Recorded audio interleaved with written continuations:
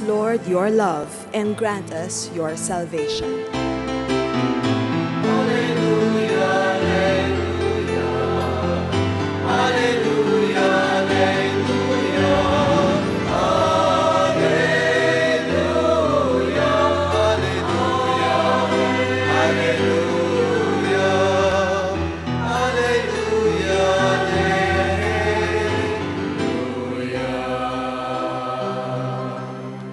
The Lord be with you. And also with you. A proclamation from the Holy Gospel according to Mark. Glory to you, O Lord.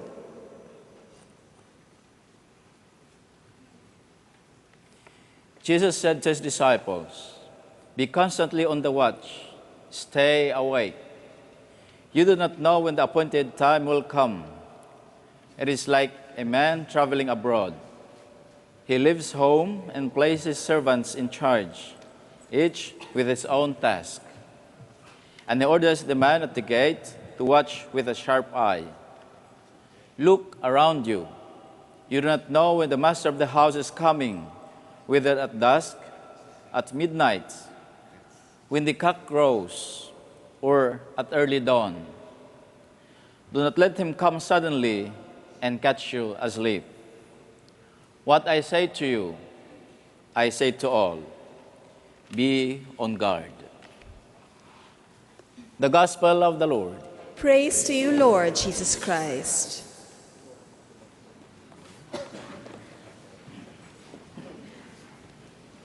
Sa norte, naimbagabigat yu amin apo.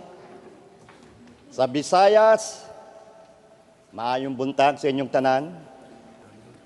Siyempre dito, kapamilya, magandang umaga, bayan. Purihin natin ang Panginoon. So what's the good news?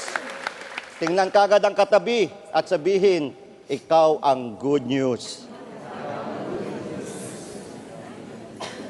At gayon, makikita ninyo, may mga naka-uniform.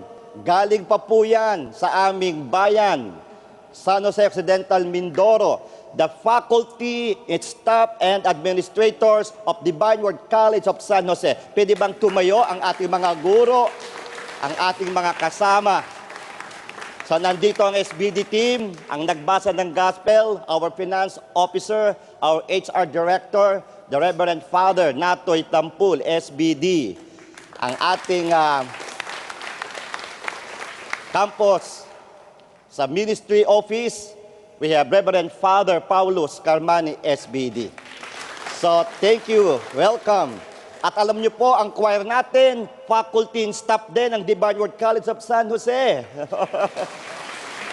Let's congratulate them. Katatapos lang po. In fact, this is part of their retreat.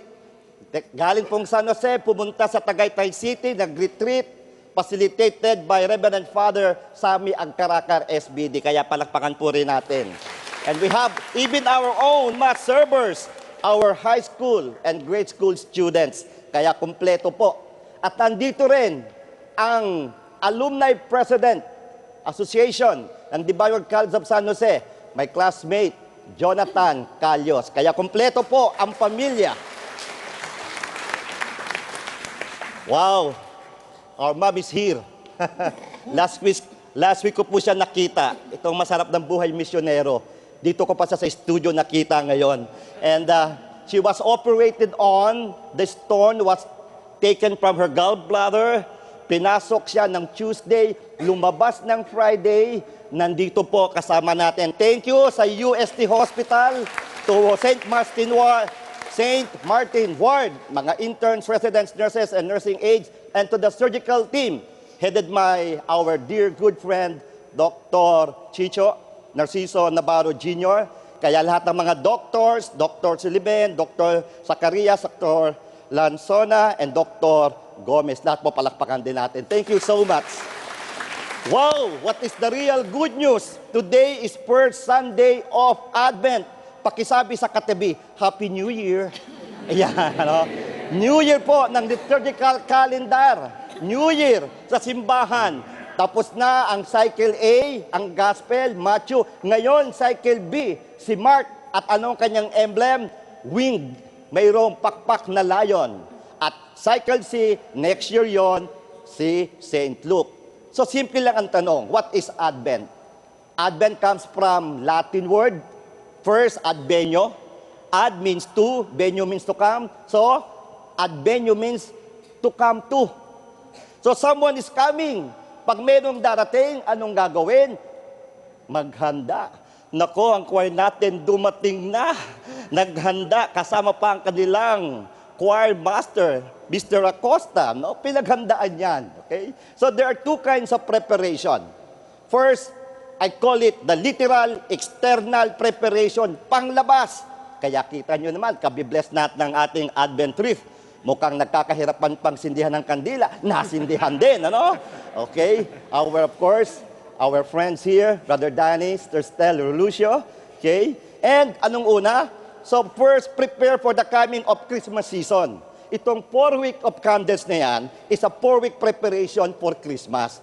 So prepare for the birthday of Jesus. That's the meaning of Christmas. Birthday of Jesus. Christmas 2011. Pakitanong ang katabi, anong birthday mo? Ayan, ano? Dito, birthday of Jesus. So, historically, the Savior was born. It happened, naganap. The Savior was born of a woman, protected by a foster father. That's why we have Jesus, Mary, and Joseph. At para sa mga Pilipino, lagi nating tinatawagan itong tatlong ito. Sus Maria Joseph, Sus Maria Joseph. Yun. Jesus, Mary, and Joseph. Fast forward, what happened to the Savior? He was born. He served, He preached, He loved, He was crucified, He died, He resurrected, He ascended. Yan ang Catholic faith. Thank you. Ang bilis, no? Tapos kaagad. So, when He went back to the Father, second preparation na ito. Prepare for the second coming of our Lord Jesus Christ. Paghandaan ng muling pagbabalik ni Jesus. Pakitanong uli ang katabi, kailan? Secret. Nobody knows. Pero, the second coming literally will come. Magaganap at mangyayari. So ito ang unang paghihintay. Literal, external preparation. A, Christmas 2011. B, second coming of Jesus. Pangalawa, the second preparation, I call it the mystical internal preparation. Pangloob. So yung panglabas, yan labas. Ito na ang pangloob. Sa pangloob, individual. Paghahanda ng sarili. Kung sa external, tayo gumagawa ng Belen, sa loob dapat we create our own internal Belen. Let Jesus be born into our own heart. Kaya mystical. Talagang naandyan ang mysticism. Inaanak si Jesus sa puso. Inululuwal si Jesus sa loob. Nagaganap at nangyayari. And this is the great mystery of incarnation. Anong incarnation? Madaling unawain. Carnation, iba, masarap. Yan, no? Incarnation. Carnation, nagkakarne, nagkalaman. Ang Diyos ay naging tao. This is the celebration, the great mystery of incarnation. Ang banal ay naging tao upang ang tao ay maging banal. Itaas ang kanang kamay. Okay, kanang kamay, tapikin ang nasa kanan, sabihin mo, banal ka. Itaas ang kaliwang kamay, at sabihin sa kaliwa mo, ako rin. Okay. So, nangyayari ito. Itong paghandaan natin, dapat maging banal sa loob. Kaya lang, it's only individual. Pangalawa, collective. Hindi lang ako nagbabago. Hindi lang siya, kundi tayong lahat. Ito ang paghahanda ng sangkatauhan. So, prepare for the collective internal Belen. Dapat ang lahat ng tao ay mayroong internal Belen. Ano ibig sabihin yon? Jesus is born in the family, in the society, in the world. Ang ganda ng mundo kung si Jesus ay naianak na sa pamilya, sa lipunan. At ito pa, si Jesus dapat ay may anak din in all political systems, in economic system, educational system. Dapat iniaanak si Jesus sa politika. Hindi mahalaga kung ikaw, LP, lakas, NP, paikot-ikot. No! The most important thing, there is Jesus in a political system. There is Jesus in economic system. Be it capitalism, socialism, God should be there. And in educational system, be it public, be it private, it should be, Jesus should be in the system of all education. Ang sabi sa Amerika,